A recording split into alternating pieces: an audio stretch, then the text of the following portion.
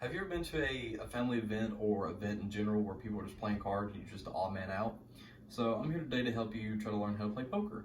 So the first thing you need to know about poker is the hands and how to build a hand, essentially. So I've got this board over here to help explain that, and right here is the rankings in which like high cards are the low cards, and then you get down to like a straight flush, okay? So the high card is obviously, as it implies, a high card. You've got queen, king, ace. In that right there, that is your high card, okay? So then you get a pair, which, as that implies, it's just a pair of cards. It's just a pair of the same card.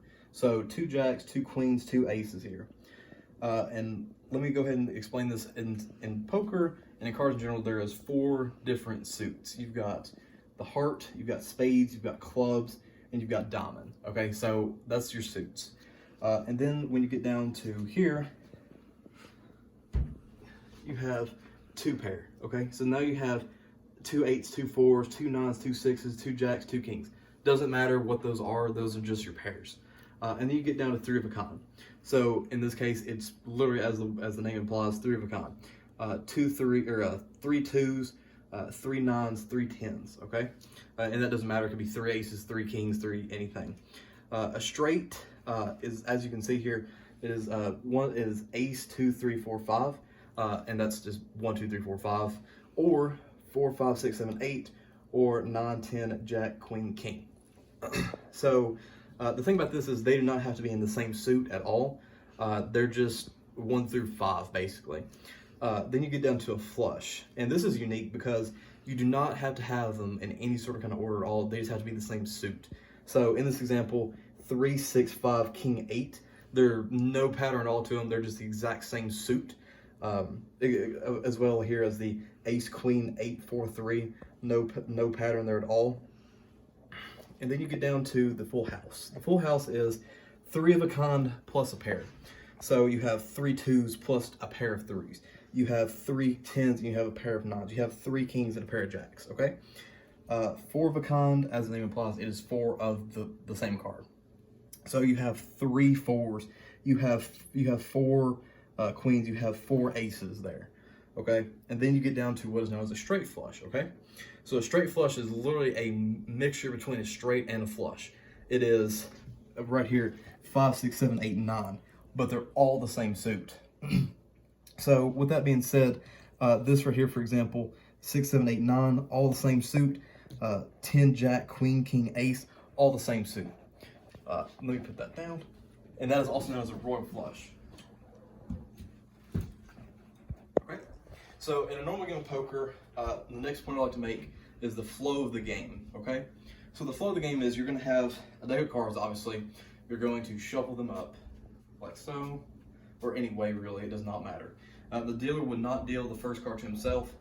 He goes into a clockwise pattern. So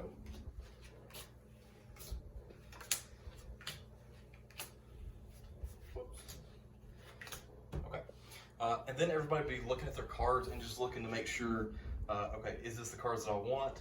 Do I want to fold? Do I want to keep them? Do I want to check? Do I want to raise or anything like that? The player has essentially 4 options. They have folding, they have checking, they have raising, and they have calling, okay?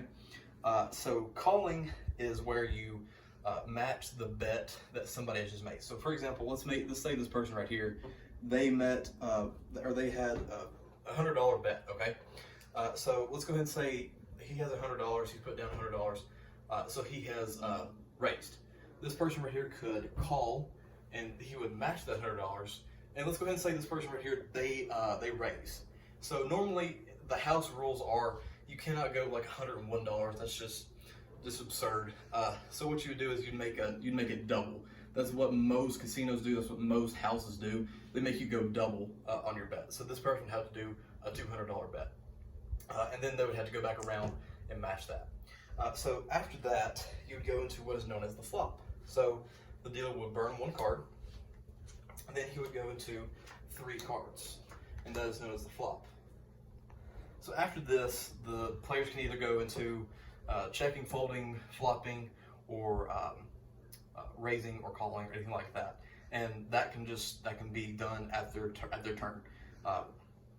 So what that means is the person, like right here, he would have to check. Let's go ahead and say this person does check. He checks, this person checks, this person checks. You go into the next round. You go to what is known as the turn. So the dealer would burn another card, and then he would put in another card. So at this point in time, these people are betting. They're betting money, they're betting chips, okay? And then afterwards, they go into the last round, which is known as the river.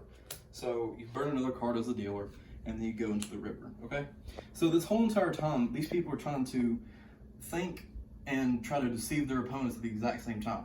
They're trying to say, hey, I've got the better hand, I've got a better hand than you do, what are you gonna do about it, essentially? So this person, let's go ahead and see what they've got. They've got king, jack, and offsuit, as you can see. Really nothing here. They have a pair of eights, because the community cards are their cards. Really nothing else here, truly. So this person would have a pair of eights. This person has 6-8, so he has 3 of a kind. So that's actually a really solid hand. He should probably win that, to be honest with you, so far. Then you've got 5-2, the same suit, and this person just does not have anything good. And so you would have at the very end, which is called the end game, and this person would win because he has 3 of a kind.